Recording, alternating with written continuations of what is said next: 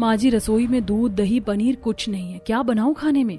दूध दही पनीर नहीं है तो क्या हुआ बहू, और सब्जियां तो हैं, तो उनसे कुछ बना ले। आशा इतना बोलकर वहाँ से चली जाती है। अपनी सास के अनुसार दिया अपनी पहली रसोई में वेज पुलाव, मिक्स वेज, दाल मखनी, दाल पराठे, हलवा जैसे पकवान बनाती है। भाभी, खाना तो आपने बहुत अच्छा बनाया है। सही कहते थे आपके घर वाले, खाना बनाने में आपका कोई जवाब नहीं। मेरा तो पेट भर गया भाई, लेकिन खाने की इच्छा भी और कर रही है। आहा। अपनी तारीफ सुन दिया काफी खुश होती है और इसी तरह कुछ दिन बीत जाते हैं। पर एक भी दिन उसके घर में दूध दही पनीर नहीं आता और ये देखकर दिया को बड़ी हैरानी होती है। अमित, मुझे सुबह चाय पीने की आदत है और घर में दूध ही नहीं आता। दही पनीर ना सही, कम से कम एक थैली दूध तो मंगवा लो। दिया, हमारे घर में कोई दूध नहीं पीता और ना ही चाय, इसलिए दूध लाना बेकार है। मैं तो कहता हूँ तुम भी दूध वाली चाय छोड़कर ग्रीन टी पीना शुरू कर दो। अमित की बातें दिया को बड़ी अजीब लगती हैं और ऐसे ही एक दिन, खुशबू अच्छी आ रही है काजल, आज एक काम करते, रायता बना लेते, तुम दही ला दो। वो किस लिए भाभी, घर में कोई दूध दही पनीर नहीं खाता, मैंने आपको बताया नहीं क्या? पर बिना रायते के बिरयानी अच्छी नहीं लगती। बहू तो क्यों अपना काम बढ़ा रही है, रहने दे रायता। आखिर ऐसी भी क्या वजह है जो ये लोग घर में दूध पनीर और दही आने तक नहीं देते? कितना दिल कर रहा है दूध पनीर दही खाने का। इसी तरह कुछ दिन बीत जाते हैं, पर अब दिया से और बर्दाश्त नहीं होता। और एक दिन, माँ जी पूरा 1 महीना हो चुका है, मैंने अब तक दूध दही पनीर को हाथ भी नहीं लगाया। आपको पता है, मैं अपने मायके में रोज रात को दूध पीकर सोती थी और दोपहर के खाने में दही होना तो कंपलसरी थी। और यहाँ देखो, दूध दही पनीर देखने को भी नसीब नहीं है। आप लोगों को नहीं खाना, कम से कम मेरे लिए तो ला दो। बहू समझती क्यों नहीं है, कुछ परेशानी है इसीलिए तो मना किया जा रहा है। इतना बोलकर आशा वहां से चली जाती है, पर दिया को कुछ नहीं समझ आता और अब उससे बर्दाश्त नहीं होता। इसीलिए एक दिन वो खुद ही बाजार से आते हुए 100 ग्राम पनीर खरीद लेती है और फ्रिज में रख देती है। कुछ ही देर में काजल पानी पीने आती है और वह फ्रिज में पनीर देख जल्दी से अपना मुंह अपनी चुन्नी से ढक लेती है और पनीर अपनी माँ के पास ले जाकर अपनी माँ से कहती है, माँ ये देखो, हमारे मना करने पर भी भाभी घर में पनीर लेकर आई है और आपको पता है इस पनीर की महक पूरे फ्रिज में से आ रही है, मुझसे अब सांस भी नहीं ली जा रही है। पनीर देखकर इतना मुंह क्यों बना रही हो? मैं ये पनीर अपने लिए लेकर आई हूँ, ना कि तुम्हारे लिए। बहू तो किसी की सुनती क्यों नहीं है? मैंने तुझे मना किया था ना कि इस घर में दूध पनीर नहीं आएगा, फिर क्या जरूरत थी ये लाने की? रुक काजल, मैं अभी से फेंक देती हूँ। इतना बोलकर आशा वो पनीर लेकर डस्टबिन में डाल देती है। ये देख दिया को बहुत बुरा लगता है। माँ जी, आप लोगों ने बिल्कुल सही नहीं किया, आपको नहीं खाना मत खाओ, कम से कम मुझे तो खाने देती। बहू माफ करना, मैं खुद भी पनीर फेंकना नहीं चाहती थी, पर इस घर में किसी को भी दूध या दूध से बनी चीज बर्दाश्त नहीं है। अगर घर में दूध पनीर भी आ जाए तो इसकी स्मेल से इन लोगों की तबीयत खराब हो जाती है, बस इसीलिए फेंकना पड़ा। सच्चाई जानकर दिया को और भी ज्यादा बुरा लगता है। इसी तरह कुछ दिन बीत जाते और एक दिन खाना बनाते हुए, इन्हें दूध और दूध से बनी चीज बर्दाश्त नहीं है, पर मुझे तो बर्दाश्त है। अरे इन्हें नहीं खाना तो मुंह पर कपड़ा बांध दे, पर महीने में एक दिन मुझे तो खाने दे।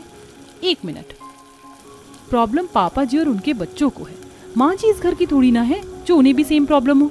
और वैसे भी माँ जी को पनीर से कोई दिक्कत नहीं हुई थी उसे करते समय।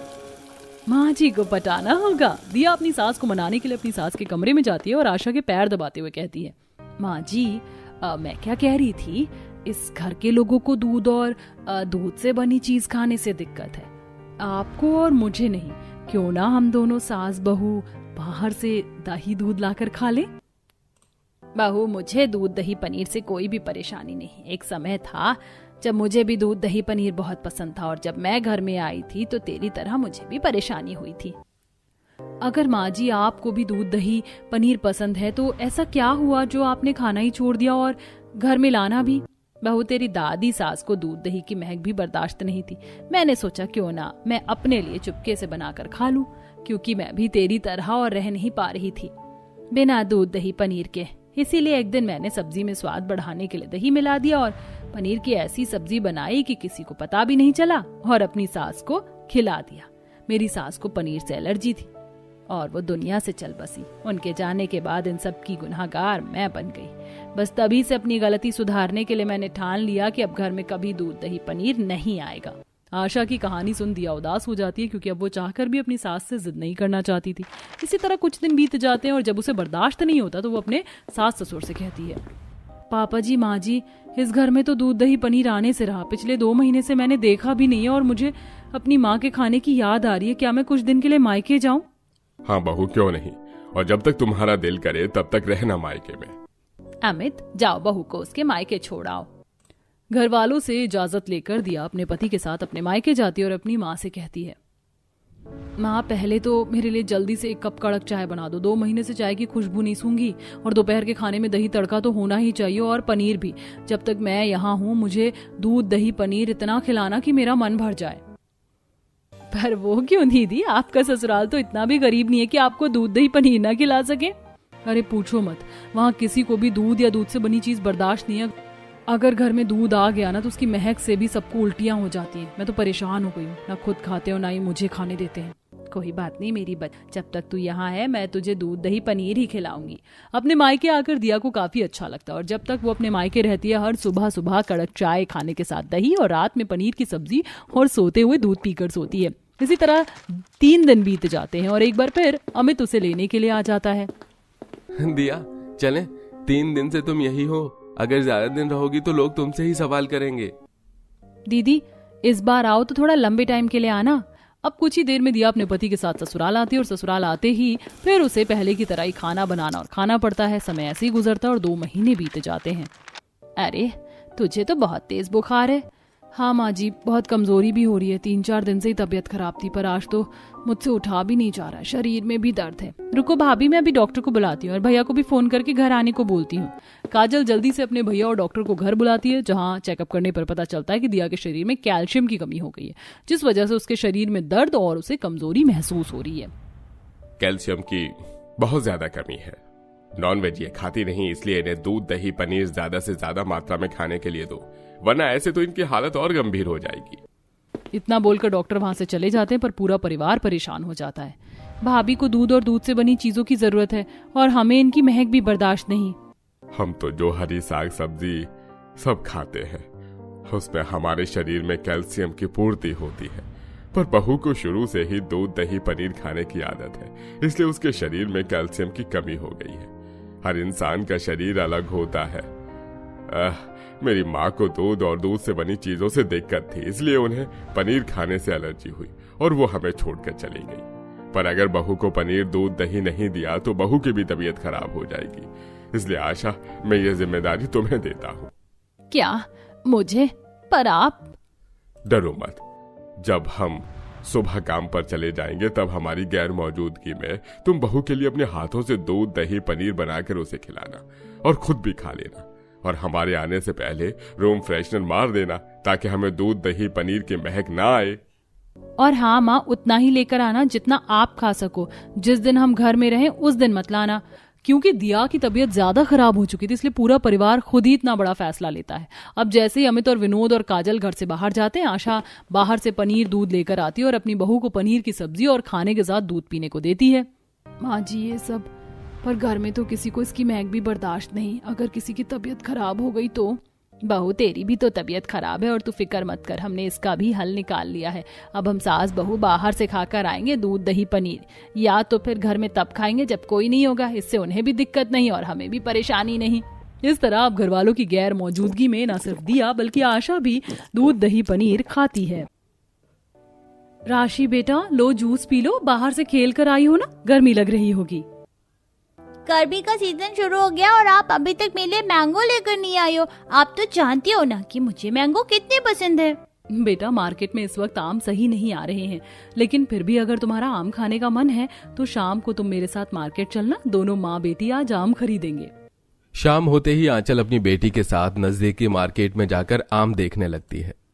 अरे भाई साहब सही सही दाम लगा लो, और तो 100 रुपए किलो बेच रहे हैं और आप 200 रुपए किलो। आम ही तो है, इसमें हीरे थोड़ी ना जड़े हैं। अरे गर्मियों के मौसम में बहन जी आम हीरो से कम भी नहीं होते हैं, और तो बासी कम मीठे वाले आम बेच रहे हैं। अगर आपको ताजा और मीठे आम खाने हैं ना तो मेरे यहाँ से आम लीजिए। ले लो मम्मी, देखो ना कितने बड़े बड़े आम है, मेरा इन्हें खाने का बहुत मन कर रहा है। ठीक है भाई साहब 1 किलो दे दीजिए। 1 किलो आम लेकर आंचल अपनी बेटी के साथ घर आ जाती है और उन्हें फ्रिज में ठंडा होने के लिए रख देती है। रात में खाना खाने के बाद जब आंचल सबके लिए आम काटती है और अब सब जैसे ही आम खाते हैं, आंचल ये आम तुम कहाँ से लेकर आई हो? कितने खट्टे हैं, मीठापन तो इसमें बस नाम का ही है। हाँ मम्मी, ये मीठे आम कम कच्चे आम ज्यादा लग रहे हैं। लगता है ठेले वाले ने मुझे चूना लगा दिया। अब तो आम खरीदने से पहले ही तहकीकात करनी पड़ती है, कहीं खट्टे ना निकल जाए। अब क्या ही कर सकते हैं। मैं एक काम करती हूँ, इनका मैंगो शेक बनाकर ले आती हूँ, चीनी डाल दूंगी तो मीठा बन जाएगा। जब से गर्मी का मौसम शुरू हुआ था तब से शहरों में आम की बिक्री काफी ज्यादा होने लगी थी, जिसके चलते कई सारे फल वाले कम मीठे आमों को भी ऊंचे दामों में बेचने लगते हैं। ऐसे ही कुछ दिन गुजर जाते हैं। आंचल के घर उसकी बहन भावना और दोनों भाई अर्जुन नितेश अपने परिवार वालों के साथ आते हैं। काफी समय के बाद चारों बहन भाई एक दूसरे से मिल रहे थे। सच में कितने समय के बाद मिल रहे हैं हम लोग। एक शहर में रहते हुए भी महीना महीना हो जाता है एक दूसरे से मिले हुए। काम ही इतना होता है। अरे वो तो अच्छा हुआ कि बच्चों की गर्मियों की छुट्टियां शुरू हो गई, वरना हम तो इसमें भी नहीं मिल पाते। मासी क्या आपके पास मैंगो है? मुझे मैंगो खाने का मन हो रहा है। मम्मी तो घर में मैंगो लाती ही नहीं है। मार्केट में आम ढंग से आ ही नहीं रहे हैं। हम लोग तुम्हारे लिए मैंगो जूस ले आते हैं। अब तो इस गर्मी में मैंगो जूस पीकर ही काम चलाना पड़ता है। भाई आम तो हमारे गांव के ही थे, वो भी हमारे खुद के बगीचे के। याद है ना हम लोग कैसे गर्मियों में पेड़ों पर चढ़ चढ़ कर आम तोड़ कर खाते थे। कभी कभी तो बस आम खाकर ही पेट भर लिया करते थे। वो भी क्या दिन है। कितने साल हो गए ना गांव आए हुए, अपने आम के बगीचे को देखे हुए। आज भी वो बिल्कुल ऐसा ही होगा ना। क्या कहा आपने? आपके गांव में आम के बगीचे हैं? हमें भी आम का बगीचा देखना है। हमने सुना है वो बहुत बड़ा होता है और उसमें ढेर सारे आम होते हैं। हमें भी आम का बगीचा देखना है। हमें आम का बगीचा दिखाने ले चलो ना, हम वहाँ पर बहुत सारे आम खाएंगे। बच्चों की बात सुनकर तो अब मेरा भी हमारे आम के बगीचे में जाने का काफी मन कर रहा है। क्यों ना हम लोग इन गर्मी की छुट्टियों में अपने गांव चले। गांव जाकर मैं दिन भर बस आराम करूंगी और ठंडे ठंडे आम खाऊंगी।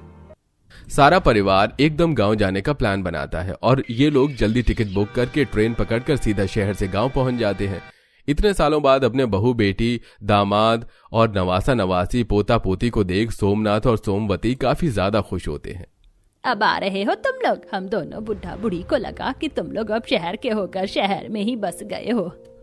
देर आए दुरुस्त आए। अब आए हो ना तो पूरा महीना रुक कर जाना। सोमवती तुम बच्चों के लिए चाय नाश्ते का इंतजाम करो, मैं तब तक आता हूँ। गांव जाकर पूरा परिवार काफी ज्यादा खुश था। सबसे ज्यादा खुश छोटे छोटे बच्चे थे। अपने दादा दादी के घर आकर उन्हें काफी ज्यादा सुकून मिला था। ऐसे ही दिन गुजरता है और अगले दिन सोमवती और सोमनाथ दोनों उन सभी को लेकर अपने आम के बगीचे में जाते हैं। सालों बाद भी वो पहले जैसा ही था। अपना आम का बगीचा देखकर सभी भाई बहन काफी ज्यादा खुश होते हैं और बच्चे तो इधर उधर खेलने लगते हैं। यहाँ आकर कितना सुकून मिलता है। दिल को ऐसा लग रहा है कि मैं फिर से अपने बचपन में लौट आई। वहीं पेड़, वहीं उनके ऊपर लटके हुए ढेर सारे आम। मुझे नहीं पता था कि आम का बगीचा इतना ज्यादा बड़ा होता है। मैं तो पहली बार अपनी जिंदगी में आम का बगीचा देख रही हूँ। अरे अब सब लोग खड़े रहोगे या आम भी खाओगे? सोमनाथ सभी को ढेर सारे आम तोड़ कर देता है और अब सब आम के पेड़ की छाया में बैठकर ठंडी ठंडी हवा में आम खाते हैं। आम तो काफी ज्यादा टेस्टी है। मैंने पहले कभी ऐसे आम नहीं खाए। दादी माँ, दादाजी, क्या मैं एक और आम खाऊं? बच्चों, ये भी कोई पूछने की बात है? ये सारे आम तुम लोगों के ही तो हैं। जितने खाने हैं उतने खाइए। इन मीठे मीठे आमों से तो मेरे दिमाग में कई सारी डिशेस आ गई। सोच रही हूँ आज से ही कुछ बनाती हूँ, सबके खाने के लिए काफी मजा आएगा। सभी लोग आम के बगीचे में बैठकर आम खाते हुए काफी ज्यादा मस्ती करते हैं। शाम होते ही सब लोग घर लौट आते हैं। सोमवती की दोनों बहुएं अपने साथ ढेर सारे आम लेकर आती हैं, जिससे वो अब घर में तरह तरह की चीजें बनाती हैं। ये मैंगो पुडिंग काफी ज्यादा टेस्टी है। मैंने आज से पहले कभी इतनी टेस्टी मैंगो पुडिंग नहीं खाई। ये सब तो ताजा और मीठे आमों का कमाल है। हम लोगों ने तो आम की खीर भी बनाई है। खाकर बताइए कैसी बनी है। मुझे तो ये आम की खीर काफी ज्यादा पसंद आई। बहुत बढ़िया बनी है। कल तो हम लोग आम से और काफी सारी चीज बनाएंगे। मैंने तो लिस्ट तैयार कर ली है। अब पूरा परिवार हर रोज आम के बगीचे में जाने लगा था। हर दिन ढेरों आम खाने के बावजूद भी सभी लोग बगीचे से आम तोड़कर घर लेकर आते और अब खाने के साथ भी आम खाता जिसे देख सोमवती। बच्चों, तुम सब आम खाते हो, अच्छी बात है, लेकिन थोड़े कम खाया करो। गर्मी का मौसम है, एकदम से इतने सारे आम खाओगे तो बीमार पड़ जाओगे। बगीचे में भी आम ही खाते रहते और घर जाकर खाने के साथ भी आम। इतना आम खाना भी सेहत के लिए अच्छा नहीं होता। तो आप हमें ये कहना चाह रही हैं कि हम लोग आपके बगीचे के आम ना खाएं? बेटा, ऐसा नहीं है, तुम मेरी बात को गलत समझ रही हो। ऐसा नहीं है तो हमें आम खाने दीजिए ना। और हम कौन सा यहाँ जिंदगी भर रह रहकर आम ही खाते रहेंगे। कुछ दिनों में वापस हम शहर चले जाएंगे और फिर वहां जाकर फिर से गर्मियों में आम के लिए तरसेंगे। और नहीं तो क्या, अब जब तक गांव में हैं तब तक तो हम लोग आम खा ही सकते हैं ना। और माँ जी, सबसे पहले तो आप इस घर की बिजली का कुछ करिए, और आधे घंटे में चली जाती है। गांव आकर बस हमें एक आम का ही फायदा हुआ है, वरना यहाँ ना तो नेटवर्क आते हो ना ही बिजली।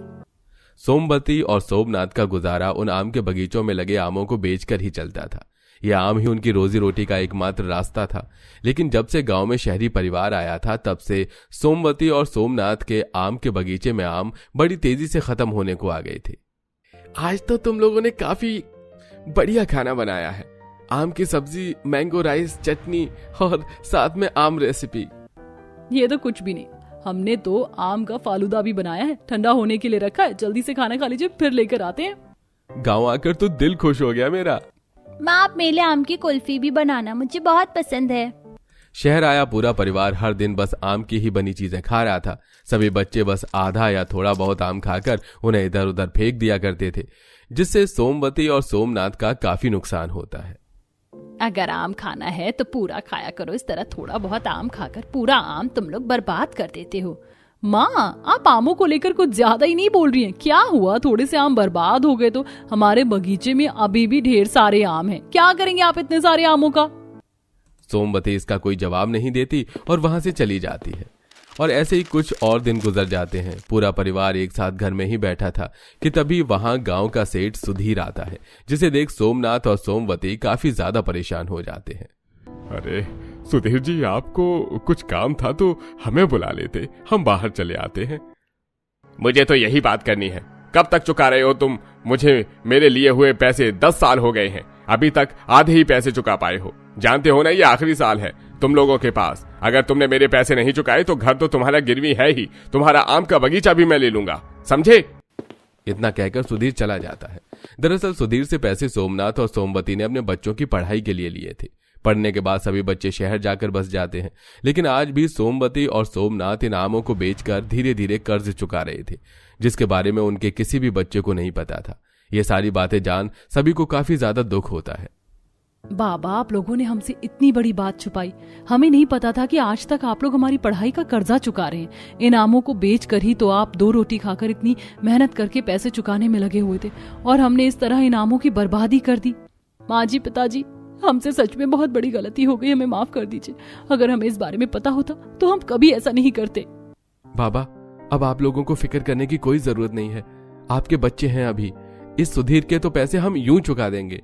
दोनों भाई मिलकर सुधीर के सारे पैसे चुका देते हैं और उनसे अपना घर भी छुड़ा लेते हैं।